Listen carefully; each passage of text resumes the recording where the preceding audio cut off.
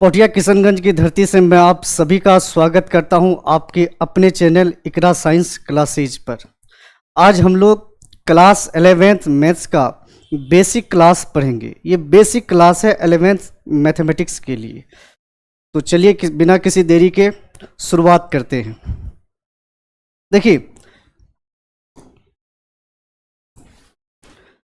Mathematics में हमेशा कोई भी चीज़ दो रूप में पाया जाता है। मैथमेटिक्स में हमेशा कोई भी चीज़ दो रूप में पाया जाता है। एक समेशन, समेशन का हिंदी होता है योग, समेशन का हिंदी योग। दूसरा प्रोडक्ट, प्रोडक्ट प्रोडक्ट प्रोडक्ट का हिंदी होता है गुना। यहाँ मैथमेटिक्स में प्रोडक्ट का हिंदी गुना, ये बायोलॉजी वाला प्रोडक्ट उत्पाद नहीं है, है ना। कोई भी चीज़ हमेशा दो रूप में पाया जाता है मैथमेटिक्स में, समेशन योग प्रोडक्ट गुना। जैसे मैं बात करूं x² माइनस 5x प्लस 6, अगर प्लस माइनस है तो वो समेशन है। तो x² माइनस 5x प्लस 6 ये किस में है? समेशन में है। अगर आप इसको सॉल्व करेंगे तो आएगा कुछ इस प्रकार से x minus 2 into x minus 3। ये किस में चला गया? गुना में, प्रोडक्ट में। किस में चला गया? प्रोडक्ट में।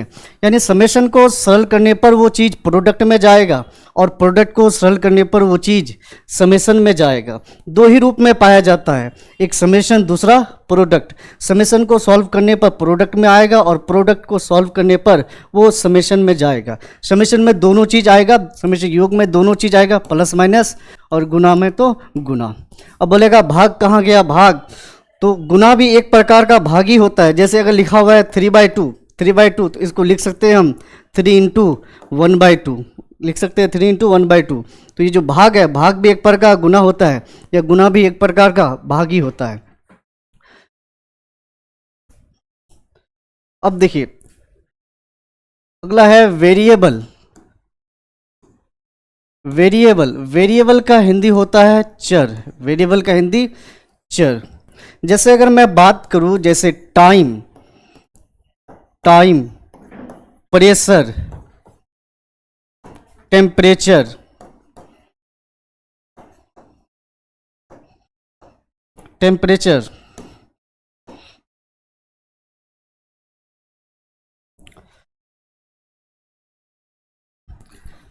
जैसे मैं बात करूं टाइम,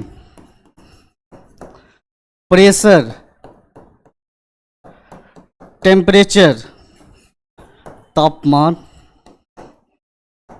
देखिए, जो चीज़ बदलता है उसको बोला जाता है वेरिएबल। जो चीज़ बदलता है उसको बोलते हैं वेरिएबल, चर। तो कुछ चीज़ें बदलता है, जैसे टाइम ये कभी भी फिक्स नहीं रहता है, ये हमेशा बदलता रहता है। प्रेशर ये कभी भी फिक्स नहीं रहता है, बदलता रहता है। उसी तरह टेम्परेचर, तापमान बदलता रहता है। जो ये फिजिक्स में है, जो चीज़ बदलता है उसको बोलते हैं वेरिएबल। तो ये चूंकि राशि है, इसको बोलेंगे variable quantity, variable quantity, variable quantity, quantity, चर राशि, चर राशि। जो चीज बदलता है उसी को बोलते हैं वेरिएबल। प्रेशर बराबर होता है बल बटे क्षेत्रफल। प्रेशर बराबर फिजिक्स में होता है बल बटे क्षेत्रफल। क्षेत्रफल बढ़ेगा तो प्रेशर घटता है, क्षेत्रफल घटने से प्रेशर बढ़ता है। उसी तरह वेरिएबल का मतलब हिंदी होता है चर। वेरिएबल जो चीज़ बदलता है उसी को बोला जाता है वेरिएबल। उसी तरह देखिए, मैथमेटिक्स में भी कुछ चीज़ें बदलता है, x, y, z, t, u और वी। इंग्लिश अल्फ़ाबेट में ये 6 चीज़ बदलता है, इन 6 को बोला जाता है variable. Greek letter, Greek word में थीटा भी बदलता है, फाई भी बदलता है, ये होता है वेरिएबल। मैथमेटिक्स में ये चीज़ें हमेशा बदलता रहता है, इसी को बोलेंगे क्या? वेरिएबल, चर। दूसरा होता है कॉन्स्टेंट्स। कॉन्स्टेंट का हिंदी होता है अचर। कॉन्स्टेंट का हिंदी अचर। जो नहीं बदलता है, जो फिक्स रहता है, जो नहीं बदलता है, उसी को बोला जाता है कांस्टेंट अचर। जितने भी अंक है 1 2 3 4 5 डॉट डॉट डॉट 6 7 8, और इंग्लिश लेटर में इन 6 को छोड़कर A B C D E F G H I और अल्फा और बीटा, ग्रीक वर्ड में अल्फा और बीटा, ये सब क्या होते हैं? कांस्टेंट। जो चीज़ बदलता है उसी को बोलते हैं वेरिएबल, चर, और जो चीज़ नहीं बदलता है उसको बोलते हैं कांस्टेंट अचर या फिर स्थिरांक, है ना। आगे चलिए, अगला देखिए, समीकरण किसको बोलते हैं? मैथमेटिक्स में समीकरण किसे बोला जाता है? समीकरण, समीकरण का इंग्लिश होता है इक्वेशन। समीकरण का इंग्लिश इक्वेशन। इक्वेशन देखिए, समीकरण का डेफिनेशन याद रखिएगा, वह चीज़ जो खास मानों को संतुष्ट करे, वह चीज़ जो खास मानों को संतुष्ट करे, वह चीज़ जो खास मानों को संतुष्ट करे, संतुष्ट करे, उसे समीकरण कहा जाता है। उसे समीकरण, समीकरण इक्वेशन, इक्वेशन को लिख सकते हैं e⁴n, समीकरण कहा जाता है। समीकरण कहा जाता है। जैसे मैं बात करूं, लिखूं मैं x + 2 = 4, x + 2 = 4, इसमें x का वैल्यू कितना आएगा? x बराबर 2 आएगा, 2 इस पर चला गया, 4 में से 2 गया 2। तो इस इक्वेशन में जो x का वैल्यू 2 आया, इस इक्वेशन में यही x का वैल्यू 2 ही संतुष्ट करेगा, बाकी इसके अलावा दुनिया का कोई भी वैल्यू मान रख दीजिए, कोई भी संतुष्ट नहीं करेगा। रखिए इसमें x की जगह 2, इधर 2 + 2 बराबर इधर कितना है? 4, 2 और 2 4 बराबर 4, ये सही है, ये सही है। अगर मैं इस 2 के अलावा कुछ और रख दूं, रखिए x की जगह 3, 3 + 2 बराबर 4, 3 2 5, 5 बराबर 4। क्या 5 और 4 बराबर होता है? नहीं होता है। x के जगह रखिए 6, 6 + 2 बराबर 4, 6 2 8 बराबर 4। क्या 8 और 4 बराबर होता है? मैथ्स में तो बराबर नहीं होता है, रीजनिंग में हो सकता है। तो देखिए इस इक्वेशन को x + 2 बराबर 4 को कौन संतुष्ट किया? ये x बराबर 2, ये x बराबर 2, ये x बराबर 2 इस इक्वेशन का खास वैल्यू है। तो इक्वेशन, समीकरण उसे कहा जाता है जो खास वैल्यू को, जो खास मानों को संतुष्ट करे।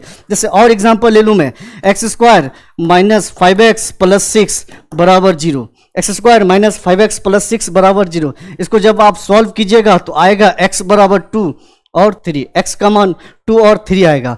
तो इस x के जगह अगर आप 2 रखेंगे तो संतुष्ट होगा। रखिए x के जगह 2, 2 का स्क्वायर - 5 × 2 + 6 बराबर उधर कितना? 0, 2 का स्क्वायर 4 - 5 दूनी 10 + 6 बराबर 0, 6 4 10 - 10 बराबर 10, 10 कट गया, 0 बराबर 0। अब 3 भी रखिएगा तब भी संतुष्ट कर जाएगा। तो इस इक्वेशन को कौन संतुष्ट किया? x2 और 3 संतुष्ट करेगा। तो इस इक्वेशन का ये खास वैल्यू है। तो डेफिनेशन हो गया कि वह चीज़ जो खास मानों को संतुष्ट करे उसे समीकरण कहा जाता है। ये इस इक्वेशन में 2 और 3 के अलावा कुछ और रख दीजिए, आप 4 5 कुछ भी रख दीजिए, संतुष्ट नहीं करेगा। रखिए x की जगह रख देते हैं 4, 4 चौक 16 माइनस x की जगह रखिए 4, 5 चौक 20 + 6 बराबर 0, 16 और 6 22, 22 में से 20 गया 2 बराबर 0। क्या 2 और 0 इक्वल है? कभी भी इक्वल नहीं होता है। तो इक्वेशन उसको बोलेंगे जो उससे वैल्यू निकल के आएगा, अगर वही मान उसको संतुष्ट करेगा, अगर वो संतुष्ट किया वही मान ही संतुष्ट करेगा, उसे इक्वेशन बोला जाएगा। और दुनिया का कोई भी मान उसको संतुष्ट नहीं करेगा। अगर दूसरा होता है, एक और होता है सर्वसमीका। सर्वसमीका, सर्वसमीका, सर्वसमीका का इंग्लिश होता है आइडेंटिटी। आइडेंटिटी, आइडेंटिटी वह चीज जो सभी मानों को संतुष्ट करे। सर्वसमीका का डेफिनेशन, वह चीज जो सभी मानों को संतुष्ट करे, सभी मानों को संतुष्ट करे, वह चीज जो सभी मानों को संतुष्ट करे उसे सर्वसमीका कहा जाता है। जितना भी अलजेब्रा फॉर्मूला है वो सर्वसमीका होता है। जैसे a + b का होल स्क्वायर बराबर होता है a² + 2ab + b²। इसमें रखिए a b के जगह दुनिया का कोई भी मान रख दीजिएगा, वो संतुष्ट कर जाएगा। रखिए a के जगह मान लेते, a के जगह 1 रख देते हैं, b मान लेते हैं 2 रख देते हैं, 2 इसका स्क्वायर बराबर a कितना रखे 1, 1 का स्क्वायर + 2 × a कितना रखे 1 × b, b कितना रखे 2 + b का स्क्वायर, b कितना रखे 2, 2 का स्क्वायर, 1 और 2 3, 3 का स्क्वायर बराबर 1 का स्क्वायर 1 + 2 दूनी 4 एकम 4 + 2, 3 का स्क्वायर 9, 4 2 8 और 1 9। तो ये संतुष्ट कर गया। संतुष्ट का मतलब क्या? जितना लेफ्ट में जितना है राइट में भी उतना होना चाहिए, संतुष्ट कर गया। तो आइडेंटिटी में, सर्वसमीका में सभी मानों को संतुष्ट करेगा, दुनिया का कोई भी मान रख दीजिए वो संतुष्ट कर जाएगा। तो सर्वसमीका का डेफिनेशन, वह चीज जो सभी मानों को संतुष्ट करे उसे सर्वसमीका कहा जाता है। एक और आता है एक्सप्रेशन, व्यंजक। व्यंजक, व्यंजक व्यंजक, व्यंजक का इंग्लिश होता है एक्सप्रेशन, एक्सप्रेशन, एक्सप्रेशन। वह चीज जिसमें बराबर का चिन्ह ना हो उसे व्यंजक कहा जाता है। जिसमें बराबर का चिन्ह हो, जैसे x+4 ये एक व्यंजक है, a+b ये एक व्यंजक है, a² plus 2ab plus b² ये एक व्यंजक है, x² -9 ये एक व्यंजक है। तो वह चीज जिसमें बराबर का चिन्ह नहीं हो वो क्या होता है? व्यंजक होता है, उसे व्यंजक बोला जाता है। अगला देखिए, जैसे ये जो लिखे हैं उल्टा हाथ, इसको क्या पढ़ा जाता है? इसको पढ़ा जाता है इन्फिनिटी। इसको क्या पढ़ते हैं? Infinity, infinity. इन्फिनिटी का हिंदी होता है अनंत। इन्फिनिटी का हिंदी अनंत, अनंत। अगर आपसे पूछे कि इन्फिनिटी क्या है, इन्फिनिटी का हिंदी अनंत है। तो विज्ञापन में अपरिभाषित चीजों को सूचित करने का एक संकेत होता है इन्फिनिटी। ये इस सिंबल को इन्फिनिटी पढ़ते हैं अनंत, यानी जिन चीजों को हम जानते नहीं है कि ये आखिर है कितना, वैसे चीजों को सूचित किया जाता है इस सिंबल इन्फिनिटी के द्वारा। अगर आपसे पूछे इन्फिनिटी क्या है, तो ये नहीं बोलिएगा कि इन्फिनिटी अनंत है, नहीं, इन्फिनिटी का हिंदी अनंत होता है। विज्ञापन में अपरिभाषित चीजों को सूचित करने का एक संकेत होता है इन्फिनिटी। विज्ञापन में अपरिभाषित यानी अनडिफाइंड, जिसको परिभाषित नहीं कर सकते हैं, अपरिभाषित चीजों को सूचित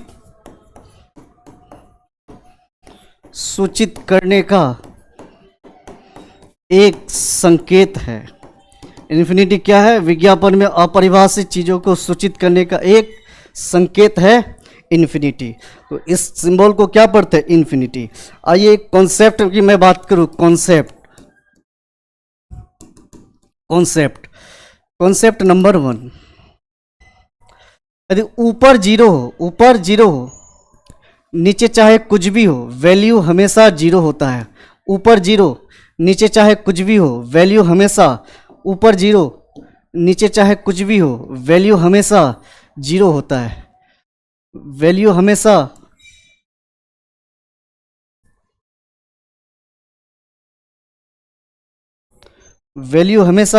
जीरो होता है। ऊपर जीरो, नीचे चाहे कुछ भी हो, वैल्यू हमेशा जीरो होता है। ऊपर जीरो, नीचे चाहे कुछ भी हो, वैल्यू हमेशा जीरो होता है, यानी 0/समथिंग = 0। दूसरा कॉन्सेप्ट, ऊपर चाहे कुछ भी हो, नीचे जीरो हो, मान हमेशा इन्फिनिटी होता है, ऊपर जीरो, नीचे चाहे कुछ भी हो,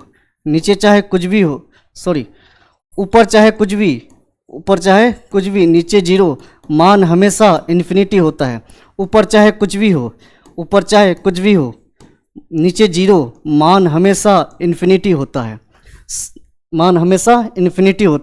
ऊपर जीरो, नीचे चाहे कुछ भी हो, मान हमेशा जीरो होता है। 0/समथिंग = 0, ऊपर कुछ भी, नीचे जीरो, मान हमेशा इन्फिनिटी होता है। something/0 = infinity.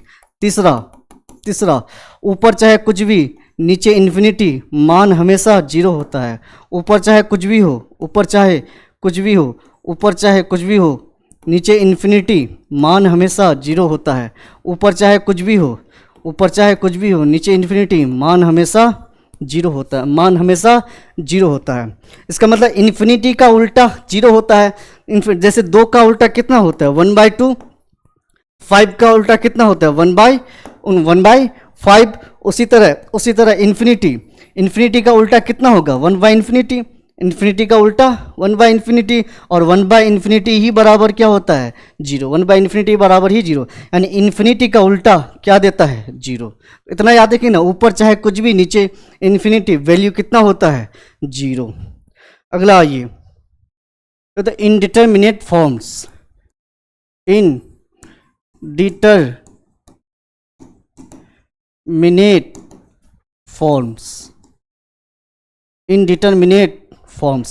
इनडिटरमिनेट फॉर्म्स 7 होता है। इनडिटरमिनेट फॉर्म्स हमेशा 7 होता है, 7 ही होता है। जैसे 0/0,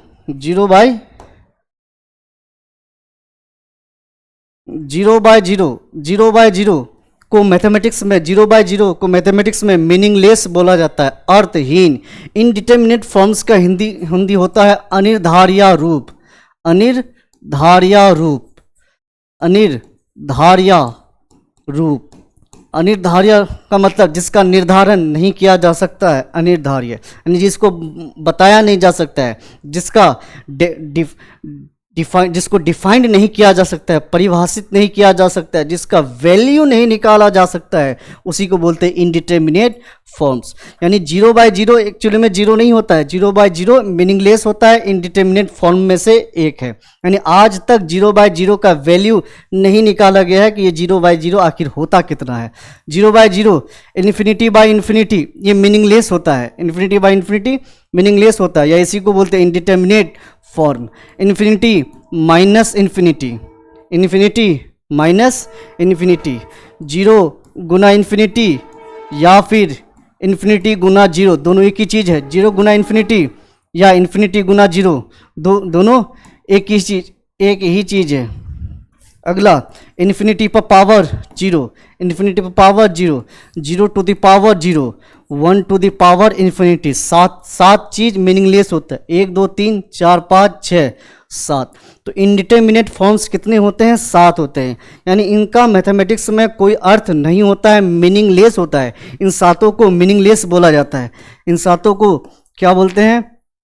मीनिंगलेस। इन सातों को मीनिंगलेस बोला जाता है। मीनिंगलेस का हिंदी होता है अर्थहीन, अर्थहीन यानी इसका कोई भी अर्थ नहीं होता है। यानी 0/0 का आज तक कभी भी वैल्यू नहीं निकाला गया है। जैसे मैं बात करूँ कैसे, तो जैसे ऐसे हम लिख सकते हैं 0 बराबर क्या? 0। तो 0 को किसी भी नंबर से मल्टीपल करने पर क्या होता है? 0 ही होता है। 0 गुना 3 बराबर इधर लिख देते हैं 0 गुना 7, कुछ भी लिखिए आप, 0 गुना 7। 0 बटे इस 0 को नीचे लाए, 0 और ये 0 नीचे आया, 7/3। तो 0/0 का वैल्यू, एक वैल्यू कितना आया? 7/3। और देखते हैं 0 बराबर 0 लिख सकते हैं, कोई भी नंबर से 0 को मल्टीपल कीजिएगा तो 0 ही होगा। 0 गुना 2 बराबर 0 गुना 1। ये 0 बटे इस 0 को नीचे लाइए बराबर 1/2। तो 0/0 का वैल्यू कितना आया? 1/2।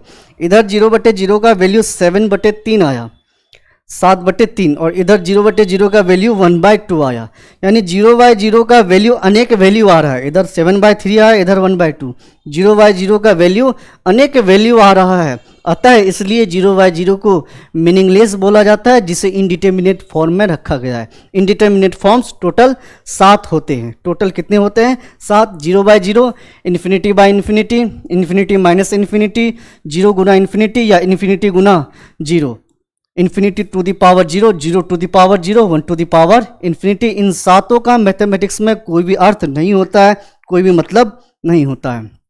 देखिए अनंत जो है ना, अनंत बीजगणितीय नियम का वो कभी भी पालन नहीं करता है। अनंत बीजगणितीय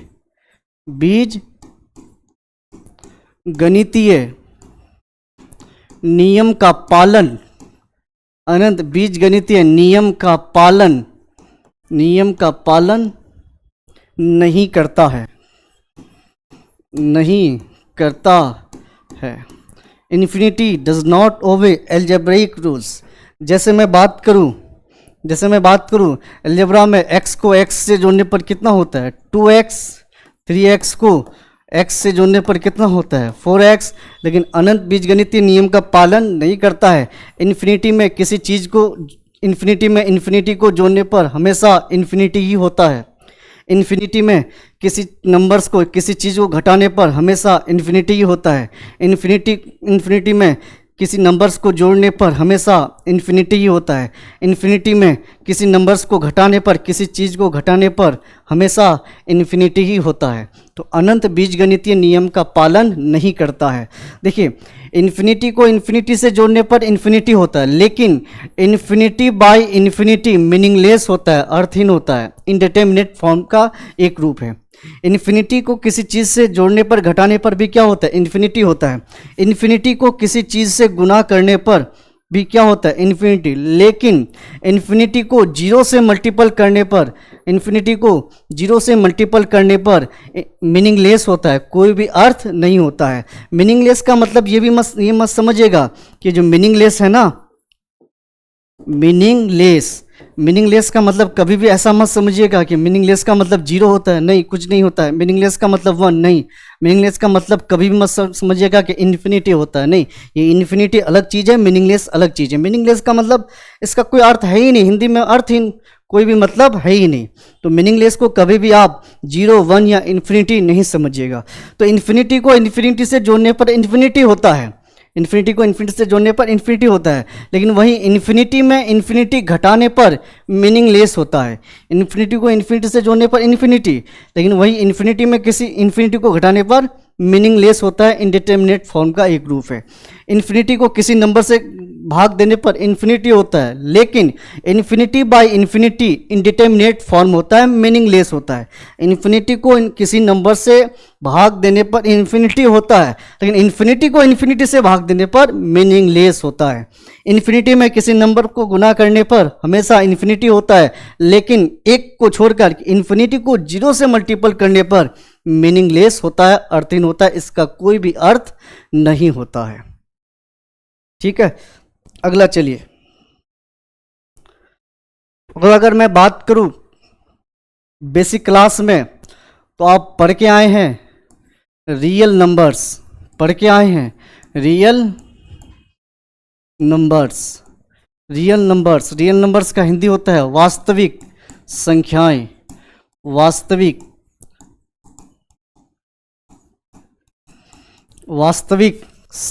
वास्तविक संख्याएं। तो देखिए, आपके मन में जितना भी नंबर्स आ रहा है, चाहे वो 1 हो, 2 हो, 3 हो, टू द पावर 9 हो, कुछ भी हो, वो सारा का सारा नंबर्स क्या है, रियल नंबर्स है। सारे के सारे नंबर्स क्या होते हैं, रियल नंबर्स। जैसे रियल नंबर्स का डेफिनेशन की मैं बात करूं तो माइनस इन्फिनिटी तथा, रियल नंबर्स के डेफिनेशन की बात करूं मैं, ये नंबर लाइन है, संख्या रेखा है, इधर माइनस इन्फिनिटी, बीच में जीरो, इधर प्लस इन्फिनिटी। माइनस इन्फिनिटी तथा इन्फिनिटी के बीच की संख्या को रियल नंबर्स, वास्तविक संख्या कहा जाता है। माइनस इन्फिनिटी तथा इन्फिनिटी के बीच की संख्या को रियल नंबर्स, वास्तविक संख्या कहा जाता है। चाहे वो 1 हो, 2 हो, ये सारा का सारा माइनस इन्फिनिटी और इन्फिनिटी के बीच का ही होता है। माइनस इन्फिनिटी और इन्फिनिटी के बीच का ही होता है। 3 ले लीजिए या 3 पर पावर 9 ले लीजिए, 1/2 ले लीजिए, √4 ले लीजिए, रूट के अंदर फिर माइनस नहीं, वो इमेजरी नंबर हो जाएगा। ठीक है, तो सबसे बड़ा जो नंबर सिस्टम्स होता है वो होता है रियल नंबर्स, वास्तविक संख्या है। यानी माइनस इन्फिनिटी से लेकर इन्फिनिटी के बीच की संख्या को वास्तविक संख्या कहा जाता है। लेकिन 11th में आके सबसे बड़ा नंबर सिस्टम वो कॉम्प्लेक्स नंबर हो जाता है। कौन सा नंबर होता है, कॉम्प्लेक्स नंबर। क्लास 10th की अगर मैं बात करूं तो सबसे बड़ा नंबर सिस्टम, सारे संख्याओं का बॉस रियल नंबर्स होता है, वास्तविक संख्या। लेकिन जो ही 11th में पहुंच जाएंगे तो सारे संख्याओं का बॉस, सारे नंबर्स का बॉस कॉम्प्लेक्स नंबर होता है। ये बाद में पढ़ेंगे, अभी केवल आप रियल नंबर्स जानिए। सुनिए, तो रियल नंबर्स का डेफिनेशन क्या होगा, माइनस इन्फिनिटी से लेकर इन्फिनिटी के बीच की संख्या को रियल नंबर्स कहा जाता है। चाहे वो परिमेय संख्या हो, अपरिमेय हो, भाज्य हो, अभाज्य हो, पूर्णांक हो, पूर्ण संख्या हो, या प्राकृत संख्या हो, सम संख्या हो, विषम संख्या हो, सभी नंबर्स का बॉस कौन है, रियल नंबर। यानी सभी नंबर्स एक्चुअली में कैसा नंबर्स है, वो रियल नंबर्स है। और रियल नंबर भी कैसा है, वो कॉम्प्लेक्स नंबर है। कॉम्प्लेक्स नंबर की हम बात नहीं करेंगे। तो नंबर्स को जानते हैं। रियल नंबर का डेफिनेशन, माइनस इन्फिनिटी से लेकर इन्फिनिटी के बीच की संख्या को रियल नंबर्स कहा जाता है। माइनस इन्फिनिटी को चूंकि हम जानते नहीं है, इन्फिनिटी को भी हम जानते नहीं है, तो रियल नंबर का जो सेट होगा, रियल नंबर जो होगा वो माइनस इन्फिनिटी से लेकर इन्फिनिटी के बीच होगा। माइनस इन्फिनिटी और इन्फिनिटी के बीच होगा। माइनस इन्फिनिटी और इन्फिनिटी रियल नहीं होता है, क्योंकि माइनस इन्फिनिटी और इन्फिनिटी को तो हम जानते ही नहीं है ना। ये ओपन इंटरवल है, ओपन इंटरवल बाद में बात करेंगे। आइए देखिए, जैसे अगर मैं बात करूं, सभी नंबर्स का बॉस कौन है, रियल नंबर है। सभी नंबर्स का बॉस रियल नंबर है। जैसे अभाज्य संख्या, प्राइम नंबर, या इसी अभाज्य संख्या को बोला जाता है रूढ़ संख्या। रूढ़ संख्या, अभाज्य संख्या को बोलते हैं रूढ़ संख्या। ठीक है, तो अभाज्य संख्या का क्या होता है आप पढ़ के आए हैं, जो एक और किससे कटे, जो एक और स्वयं से कटे, यानी वह संख्या जो एक और किससे कटे, वह संख्या जो एक और स्वयं से कटे, स्वयं से विभाजित हो, जो एक और स्वयं से विभाजित हो, वह संख्या लिख लीजिएगा आप, वह संख्या जो एक और स्वयं से विभाजित हो उसे कैसी नंबर्स बोला जाता है, अभाज्य संख्या, विभाजित हो। ठीक है, जैसे मैं बात करूं ये दो किससे विभाजित होता है, एक से कटता है, और किससे कटता है, खुद दो से कटता है। वह संख्या जो एक और स्वयं मैंने खुद से, अपने आप से, ये दो किससे कटता है, एक से और दो से कटता है। ये दो कैसी संख्या, अभाज्य संख्या। ये तीन किससे कटता है, एक से कटता है, और खुद किससे, तीन से। ये तीन कैसी संख्या, अभाज्य संख्या। पाँच किससे कटता है, एक से, और खुद किससे, पाँच से। पाँच अभाज्य संख्या। सात किससे कटता है, एक से, और किससे, सात से, खुद स्वयं सात से कटता है। सात कैसी संख्या, अभाज्य संख्या। 11 किससे कटता है, एक से, और खुद किससे, 11 से। तो 11 कैसी संख्या, अभाज्य संख्या। 13 किससे कटता है, एक से, और कुछ और किससे कटता है, स्वयं 13 से। कैसी संख्या, अभाज्य संख्या।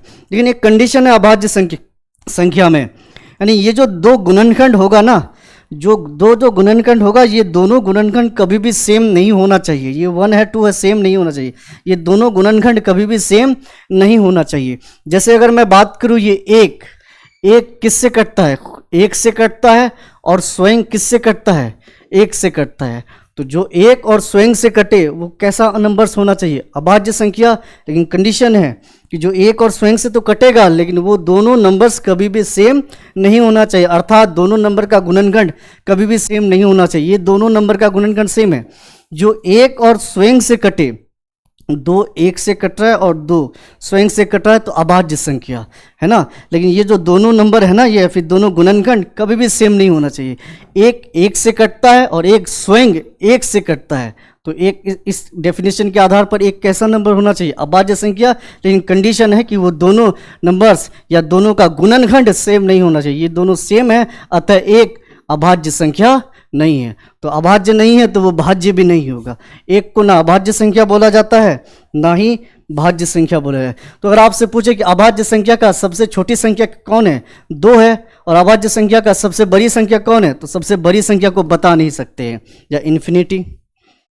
अगला भाज्य संख्या। भाज्य संख्या, कंपोजिट नंबर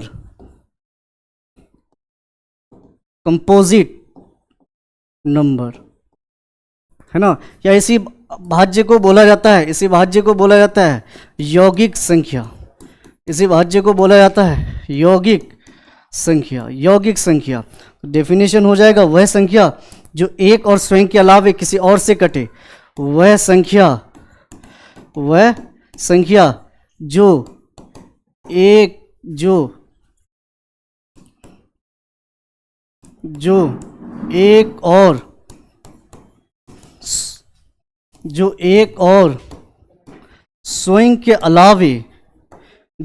और स्वयं के अलावे किसी और नंबर से कटे, जो एक और स्वयं के अलावे किसी और नंबर या किसी और संख्या से कटे,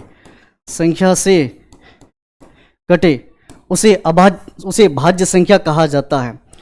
भाज्य संख्या, ये यौगिक संख्या का डेफिनेशन, वह संख्या जो एक और स्वयं के अलावे किसी और से कटे, उसे भाज्य संख्या बोला जाता है। जैसे 4 एक से कटता है, खुद स्वयं किससे कटता है, 4 से कटता है, और किससे कटता है, 2 से कटता है। जो एक और स्वयं के अलावे किसी और नंबर 2 से कट रहा है, तो ये 4 कैसी संख्या, भाज्य संख्या। जैसे बात करूँ 6 एक से कटता है, और स्वयं किससे कटता है, 6 से कटता है, 6 से, और किससे कटेगा, ये 2 से कटता है, और किससे कटेगा, 3 से। तो जो एक और स्वयं के अलावे किसी और नंबर 2 और 3 से भी कटता है, तो वैसे नंबर को क्या बोला जाता है, भाज्य संख्या। 4 6 8 10 12, 9 भी होगा, 10 12 14, 15। तो अगर आपसे पूछे कि भाज्य संख्या का सबसे छोटी संख्या कौन होता है, तो सबसे छोटी संख्या भाज्य संख्या कौन है? 4। वही भाज्य संख्या का सबसे बड़ी संख्या बताइए, तो सबसे बड़ी संख्या 1 लाख, 10 लाख, कुछ भी आ सकता है। तो अतः सबसे बड़ी संख्या को हम बता नहीं सकते। वो कहाँ तक जाएगा? अनंत तक जाएगा। ठीक है, अगला देखिए, अब पढ़ के आए हैं ये अगला, सम संख्या। सम संख्या, सम संख्या का इंग्लिश होता है इवेन नंबर। इवेन नंबर, वह संख्या जो 2 से कटे, वह संख्या जो 2 से कटे, शेषफल 0 बचे, शेषफल 0 बचे, शेषफल 0 बचे अर्थात कुछ ना हो, वह संख्या सम संख्या की, वह संख्या जो 2 से कटे उसे सम संख्या कहा जाता है। शेषफल कितना आना चाहिए? 0। 2, 4, 6, 8, 10 ... है ना, ये किससे कटता है? सम संख्या। तो 0 भी सम संख्या में ही आता है ना। तो वह संख्या जो 2 से कटे वो सम संख्या। अगला, विषम संख्या। विषम संख्या, विषम संख्या का इंग्लिश होता है odd number. Odd number, number को शॉर्ट में लिखा जाता है एनो डॉट। केवल ऐसा भी नहीं लिखेगा एनो, एनो का मतलब हो जाता है नो, नो मतलब नहीं, नंबर में डॉट होगा यहाँ पर, है ना। वह संख्या जो 2 से पूर्णतः विभाजित ना हो, अब पढ़े हैं, वह संख्या जो 2 से पूर्णतः विभाजित ना हो, शेषफल में कुछ बच जाए, शेषफल में 0 ना आए, वैसी संख्या को क्या बोला जाता है? विषम संख्या। जैसे 1, 3, 5, 7, 9, 11 ... ये क्या है? विषम संख्या। अगला, अगला परिमेय संख्या। परिमेय संख्या, परिमेय संख्या, परिमेय संख्या का English rational number. Rational number, rational number, वह संख्या जिसे p/q के रूप में लिखा जा सकता है। अब पढ़ें, वह संख्या, द डेफिनेशन नहीं लिखते, सिर्फ बोल देते हैं। वह संख्या जिसे p/q के रूप में लिखा जा सकता है उसे परिमेय संख्या बोला जाता है। वह संख्या जिसे p/q के रूप में लिखा जा सकता है उसे परिमेय संख्या कहा जाता है। लेकिन वेयर, जहाँ कंडीशन है, वेयर जहाँ q not equal to 0, q बराबर कभी भी 0 नहीं होना चाहिए। अगर q बराबर 0 हो जाएगा तो क्या होगा? q के जगह अगर 0 ले ले तो q अगर 0 ले लेते, p/0, ऊपर कुछ भी नीचे 0, मान क्या आ जाएगा? इन्फिनिटी। तो यहाँ पे कंडीशन क्या है कि नीचे q क्या नहीं होना चाहिए? 0 नहीं होना चाहिए। यानी वह संख्या जिसे p/q के रूप में लिखा जा सकता है उसे परिमेय संख्या कहा जाता है। लेकिन कंडीशन है कि वेयर, जहाँ q नॉट इक्वल टू 0, ये जो नीचे q है इस 0 नहीं होना चाहिए।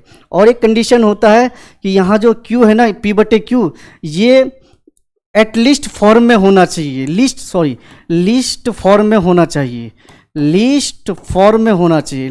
लीस्ट फॉर्म बोले तो सरलतम रूप में होना चाहिए, कटा हुआ रूप में होना चाहिए। जैसे 1/2, ये कैसी संख्या है? परिमेय संख्या है।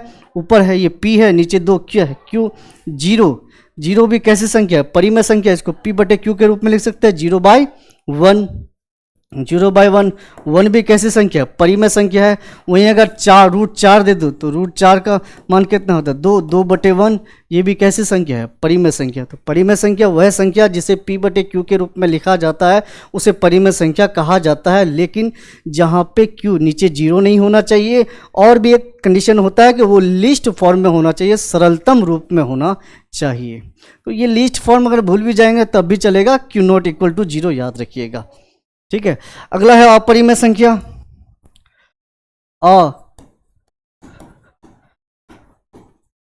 अपरिमेय संख्या, इरेशनल नंबर। इरेशनल नंबर, वह संख्या जिसे p/q के रूप में नहीं लिखा जा सकता है। वह संख्या जिसे p/q के रूप में नहीं लिखा जा सकता है उसे अपरिमेय संख्या कहा जाता है। जहाँ पे ये जो q है, q not equal to 0, q बराबर क्या नहीं होना चाहिए? 0 नहीं होना चाहिए। या फिर अपरिमेय संख्या निकालने का एक, रूट के अंदर अगर अभाज्य संख्या आ जाए, अभाज्य संख्या आ जाए तो वो अपरिमेय संख्या होता है। रूट के अंदर अगर अभाज्य संख्या आ जाए तो वो अपरिमेय संख्या होता है। अपरिमेय संख्या का डेफिनेशन, वह संख्या जिसे p बटे q के रूप में नहीं लिखा जा सकता है उसे अपरिमेय संख्या कहा जाता है। वेयर, जहाँ q not equal to 0, q बराबर 0 नहीं होना चाहिए। अगर q 0 आ गया तब फिर वो इन्फिनिटी हो जाएगा। आप ऐसे पकड़िएगा कि रूट के अंदर अगर अभाज्य संख्या आ जाए, तो वो होता है अपरिमेय संख्या। अगला है कि ये जो q है ना, q नीचे वाला q, ये हमेशा परफेक्ट स्क्वायर में होना चाहिए। ये हमेशा परफेक्ट स्क्वायर में नहीं होना चाहिए। तो यही याद रखिएगा, रूट के अंदर अभाज्य संख्या या फिर p बटे q के रूप में नहीं लिखा जा सकता है। जैसे रूट दिए, रूट के अंदर 2 कैसी संख्या? अभाज्य संख्या। तो रूट 2 कैसी संख्या है? ये अपरिमेय संख्या। रूट 3 ये कैसी संख्या? अपरिमेय संख्या। रूट 5 कैसी संख्या? अपरिमेय संख्या। लेकिन इसमें अपरिमेय संख्या में एक कंडीशन और है कि q नॉट इक्वल टू 0 तो होना चाहिए, लेकिन ये जो q है ना, ये q नॉट परफेक्ट स्क्वायर होना चाहिए। नॉट परफेक्ट स्क्वायर, यानी परफेक्ट स्क्वायर नहीं होना चाहिए। परफेक्ट स्क्वायर का perfect PERFECT, perfect square, not perfect square. पूर्ण वर्ग नहीं होना चाहिए। परफेक्ट स्क्वायर का इंग्लिश पूर्ण वर्ग। परफेक्ट स्क्वायर का इंग्लिश पूर्ण वर्ग।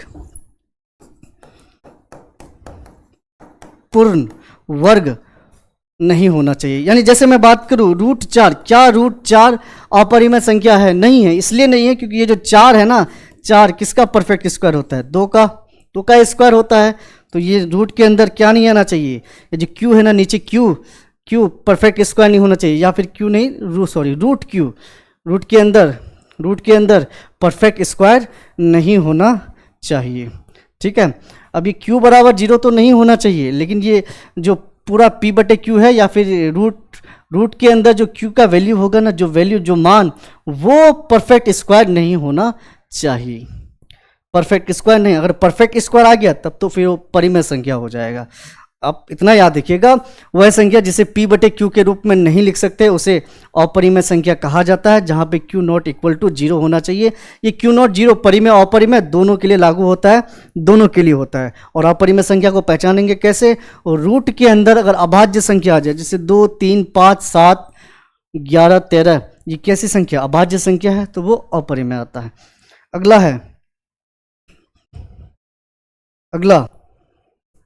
अगर मैं बात करूं प्राकृत संख्या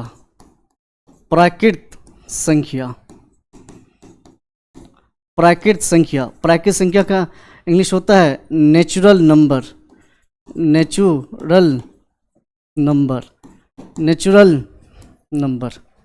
है ना। गिनती की जाने वाली नंबर को प्राकृत संख्या कहा जाता है। गिनती कहाँ से शुरू करते हैं आप?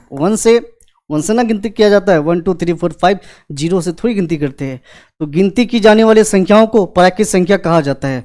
1 2 3 4 5 ... 6 7 8, ये सारी नंबर्स क्या है? प्राकृत संख्या। प्राकृत संख्या का सबसे छोटा नंबर कौन होता है? 1। और सबसे बड़ी प्राकृत संख्या को हम बता नहीं सकते हैं। अगला होता है पूर्ण संख्या का इंग्लिश होता है होल नंबर। जीरो तथा प्राकृत संख्याओं के समुच्चय को पूर्ण संख्या कहा जाता है।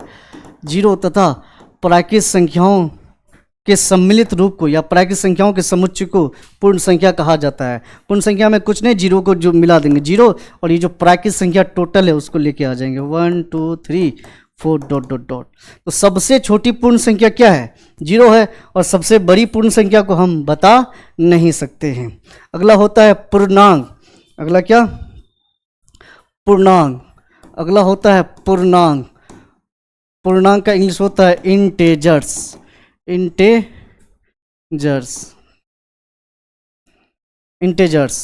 पूर्णांक 0 +-1 +-2 +-3 +-4 प्लस माइनस 5, इस सभी को क्या हो जाता है, पूर्ण से पूर्णांक। पूर्णांक में भिन्न संख्या नहीं होता है, वो हमेशा सीरियल वाइज जाता है, सीरियल में जाता है। तो 1 2 3 4 5 और उसी में माइनस लगा दीजिए, -1 -2 -3। पूर्ण 1/2 ये भिन्न संख्या पूर्णांक नहीं होता, पूर्णांक में सीरियल वाइज जाएगा, है ना। 1 2 3 4 5 6 अब उसी में माइनस लगा दीजिए, पूर्णांक। तो हम बात ये कर रहे हैं कि चाहे वो अभाज्य संख्या हो, अभाज्य संख्या हो या फिर भाज्य संख्या हो, है ना, या फिर परिमेय संख्या हो, परिमेय संख्या, या फिर अपरिमेय संख्या हो, या फिर अपरिमेय संख्या हो, या फिर सम संख्या हो, या विषम संख्या हो, या प्राकृत संख्या हो, या पूर्ण संख्या हो, या पूर्णांक हो, इन सभी का, इन टोटल नंबर्स का बॉस कौन है, फादर कौन है, बॉस कौन है, वो है वास्तविक संख्या। कौन है बॉस, बॉस कौन है, वास्तविक संख्या। बॉस कौन है, वास्तविक संख्या, real numbers, real numbers, real numbers. सारे संख्याओं का बॉस होता है रियल नंबर्स, रियल नंबर्स। और रियल नंबर्स का भी बॉस है कौन, कॉम्प्लेक्स नंबर। तो सुनिए, रियल नंबर्स को हमेशा आर से सूचित किया जाता है, कैपिटल आर। अगर हम ये आर लिखें ना, आर, तो आप समझ जाइएगा किस नंबर्स की बात हो रही है, रियल नंबर्स की। उसी तरह प्राकृत संख्याओं को सूचित किया जाता है एन द्वारा। अगर हम एन लिखें ना, तो आप समझ जाइएगा कौन से नंबर्स की बात हो रही है, प्राकृत संख्याओं की। पूर्ण संख्याओं को सूचित किया जाता है किसके द्वारा, डब्ल्यू के द्वारा सूचित किया जाता है, होल नंबर्स। अब होल नंबर्स, परिमेय संख्याओं को सूचित किया जाता है क्यू के द्वारा, अपरिमेय संख्या को सूचित किया जाता है क्यू बार के द्वारा। तो अलग लिख लेते हैं हम अलग से। जैसे अगर मैं बात करूं कि ये जो आर है, आर कौन सी नंबर्स को बतलाएगा, तो रियल नंबर्स को बतलाएगा। तो ये जो सेट होगा ना, सेट, इसको बोलेंगे set of real numbers, set of real numbers. R को क्या बोलेंगे, सेट ऑफ रियल नंबर्स, वास्तविक संख्याओं के समुच्चय को ही बोलते हैं। ये आर जो होगा ना, वो वास्तविक संख्याओं का समुच्चय होगा। वही एन, अगर हम बात करें एन, तो ये होता है सेट ऑफ नेचुरल नंबर, प्राकृत संख्या, नेचुरल नंबर्स। जहाँ कहीं पे अगर हम n लिख दे, n यानी n बराबर 1 2 3, तो आप समझ जाएगा कि n वो किस नंबर्स को बतला रहा है, वो नेचुरल नंबर्स को बतला रहा है। नेचुरल नंबर्स का वो सेट है, समुच्चय है ना। वहीं अगर w बोले w, तो ये w किसको बतलाएगा, सेट ऑफ होल नंबर्स, पूर्ण संख्याओं का समुच्चय, सेट ऑफ होल नंबर्स, पूर्ण संख्याओं का समुच्चय। q किसको बतलाएगा, सेट ऑफ रेशनल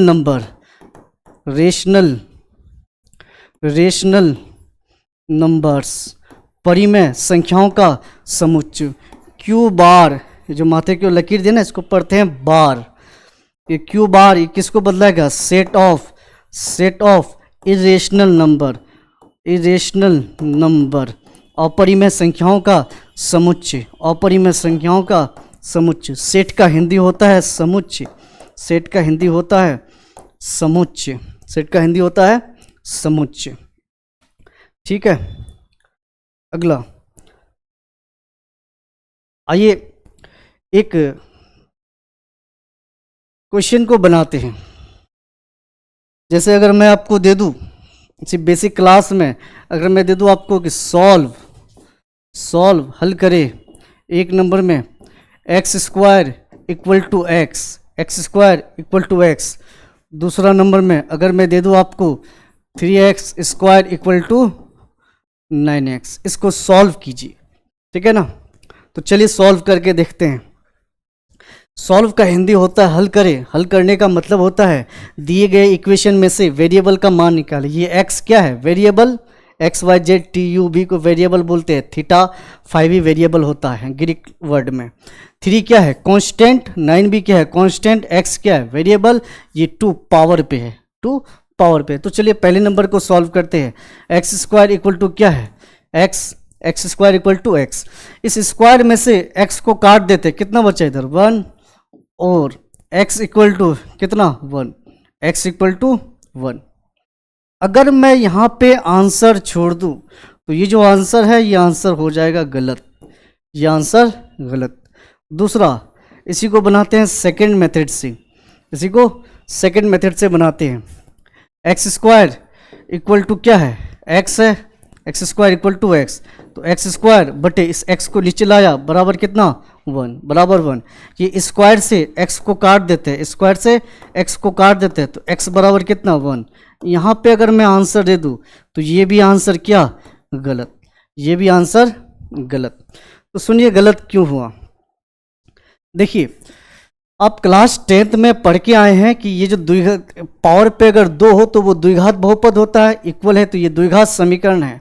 और द्विघात समीकरण या द्विघात बहुपद का 2 हल होता है, यानी जो एक्स वाई का जो मान आएगा वो 2 आएगा। कितना आना चाहिए, 2 मान आना चाहिए। यहाँ पे मान कितना आया है 1, इसलिए ये क्या है गलत है। यहाँ पे मान कितना आया है 1, इसलिए ये गलत है। तो कॉन्सेप्ट यहाँ से ये निकला गलत क्यों हुआ। देखिए, हम इस एक्स स्क्वायर में से एक्स को काटे, इस पार उस पार काटे, तो जो वेरिएबल जो एक्स है उसका एक ठो मान घट गया, एक ही मान 1 आया है, एक घट गया है ना। उसके बाद वेरिएबल को नीचे लेके आए और स्क्वायर से एक्स को काटे, तब भी मान कितना आया 1 आया, 1 एक वैल्यू आया है, दूसरा नहीं आया है, दूसरा नहीं आया है।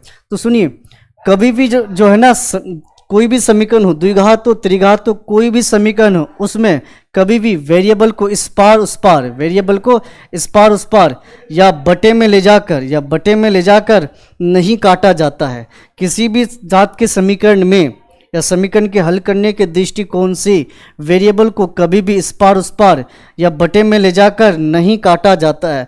अगर वेरिएबल को इस पार उस पार और बटे में ले जाकर, जैसे x को बटे में लेके आए, बटे के नीचे ले जाकर काट दे, तो वेरिएबल का एक मान घट जाता है। वेरिएबल का एक ही मान आया 1, इसमें एक ही मान आया 1, जिसे रूट लॉस बोला जाता है।